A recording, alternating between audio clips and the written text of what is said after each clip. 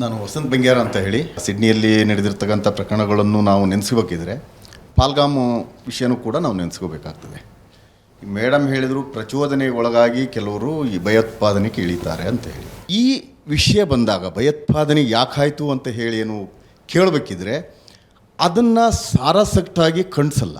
But ಇದನ್ನು ಬಂದಾಗ ನಾವು ಸಾರಾಸಕ್ಟಾಗಿ ಖಂಡಿಸ್ತೀವಿ. ಅದು ನಮ್ಮ ಹಿಂದೂಗಳೇ ಮಾಡಿದರೂ ಕೂಡ ಒಂದು ಲೋಫರ್ ಇದ್ದಾನೆ ಅಂತ ಹೇಳಿ ಖಂಡಿಸ್ತೀವಿ. ಈ ಭಯೋತ್ಪಾದನೆ ಮಾಡಿದ್ದು ಖಂಡನೀಯ ಅಂತ ಹೇಳಿ ಮುಸ್ಲಿಮ್ಸ್ಗಳು ನಮ್ಮ ಫ್ರೆಂಡ್ಸ್ಗಳು ಕೂಡ ಸಾರಾಸಕ್ಟಾಗಿ ಖಂಡಿಸಲ್ಲ. ಅದಕ್ಕೆ ಕಾರಣ ಕೊಡ್ತಾರೆ. ಆ ಮಾತನ್ನು ಮರೆಸೋದಕ್ಕೆ ಬೇರೆ ದಾರಿಗೆ ನಮ್ಮನ್ನು ತಗೊಂಡು ಹೋಗ್ತಾರೆ. ಹಾಗಾಯಿತು ಹಿಂಗಾಯಿತು, ಅದಕ್ಕೆ ಅವನು ಹಿಂಗೆ ಮಾಡಿದ. ದಿಲ್ಲಿನಲ್ಲಿ ಮಾಡಿರ್ತಕ್ಕಂಥವ್ರು ಯಾರೂ ಅನ್ಎಜುಕೇಟೆಡ್ ಅಲ್ಲ. ಡಾಕ್ಟ್ರು, ಇಂಜಿನಿಯರು, ಈ ದೊಡ್ಡ ದೊಡ್ಡ ಎಜುಕೇಷನ್ ಮಾಡ್ಕೊಂಡವರೇ ಇದನ್ನು ಮಾಡಿರೋದು.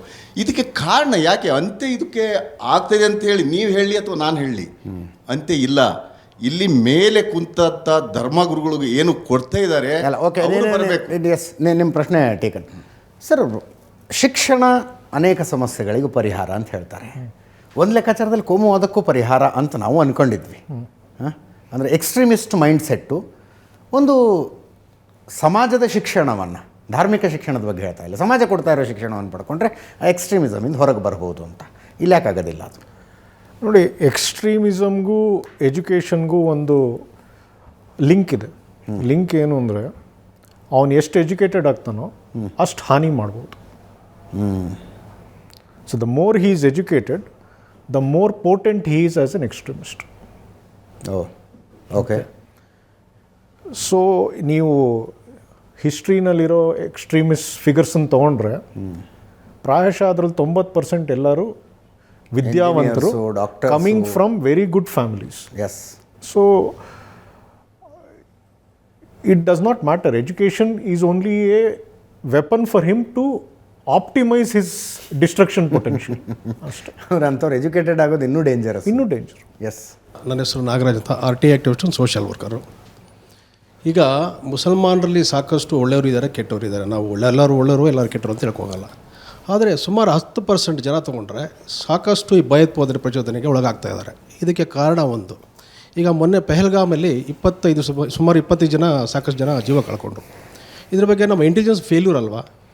ಸರ್ಕಾರ ಯಾಕೆ ಈ ಥರ ಕ್ರಮ ಮಾಡೋರಿಗೆ ಯಾಕೆ ದಿಟ್ಟ ಒಂದು ಕಾನೂನು ಕ್ರಮ ಯಾಕೆ ತೊಗೋಬಾರ್ದು? ತೊಗೊಂಡಿದ್ದು ಈ ಥರ ಮುಂದೆ ಆಗ್ತಾ ಇಲ್ವಲ್ಲ. ಈಗ ನಾಗರಿಕರು ಜೀವ ಹೋಯಿತು, ಅವ್ರ ಕುಟುಂಬಗಳು ಯಾರು ಹೊಣೆ ಹೊತ್ಕೊಳ್ತಾರೆ? ಅವರಿಗೆ ಸಾಕಷ್ಟು ಪರಿಹಾರ ಕೊಡ್ತಾರೆ. ಆ ಪರಿಹಾರ ಕುಟುಂಬ ಸರ್ಕಾರ ಏನು ಮಾಡ್ತಿತ್ತು? ಸರ್ಕಾರ ಏನು ಮಾಡಿಲ್ಲ? ಯಾಕೆ ಇಂಟೆಲಿಜೆನ್ಸ್ ಫೇಲ್ಯೂರ್ ಆಯಿತು? ಇಂಟೆಲಿಜೆನ್ಸ್ ಯಾಕೆ ಫೇಲ್ಯೂರ್ ಆಯಿತು? ನೋಡಿ, ನಿಮಗೆ ಇಂಟೆಲಿಜೆನ್ಸ್ ಬಗ್ಗೆ ಎಷ್ಟು ಗೊತ್ತಿದೆ ಅಂತ ನನಗೆ ಗೊತ್ತಿಲ್ಲ.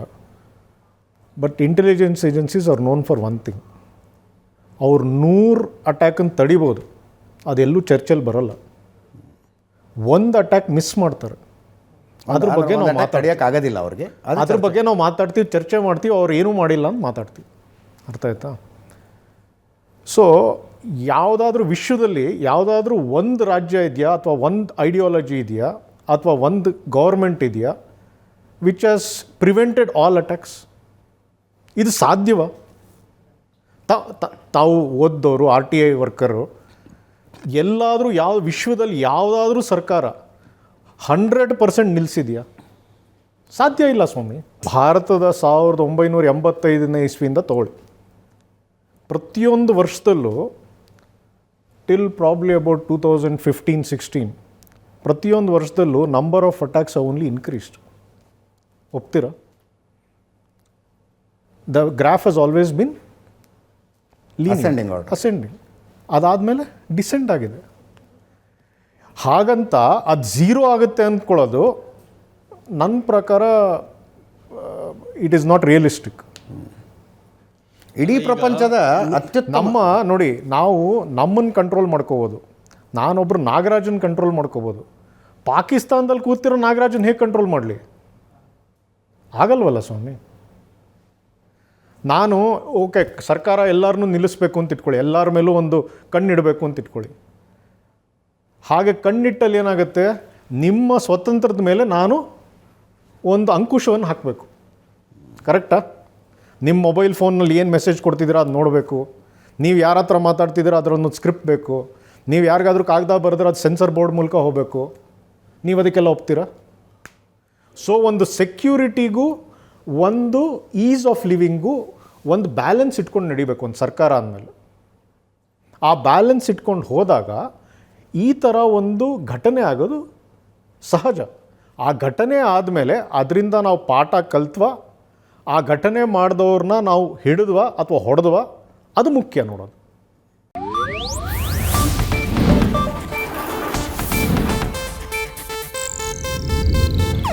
ಇದು ಏಷ್ಯಾನೆಟ್ ನ್ಯೂಸ್ ನೆಟ್ವರ್ಕ್ ಪ್ರಸ್ತುತಿ.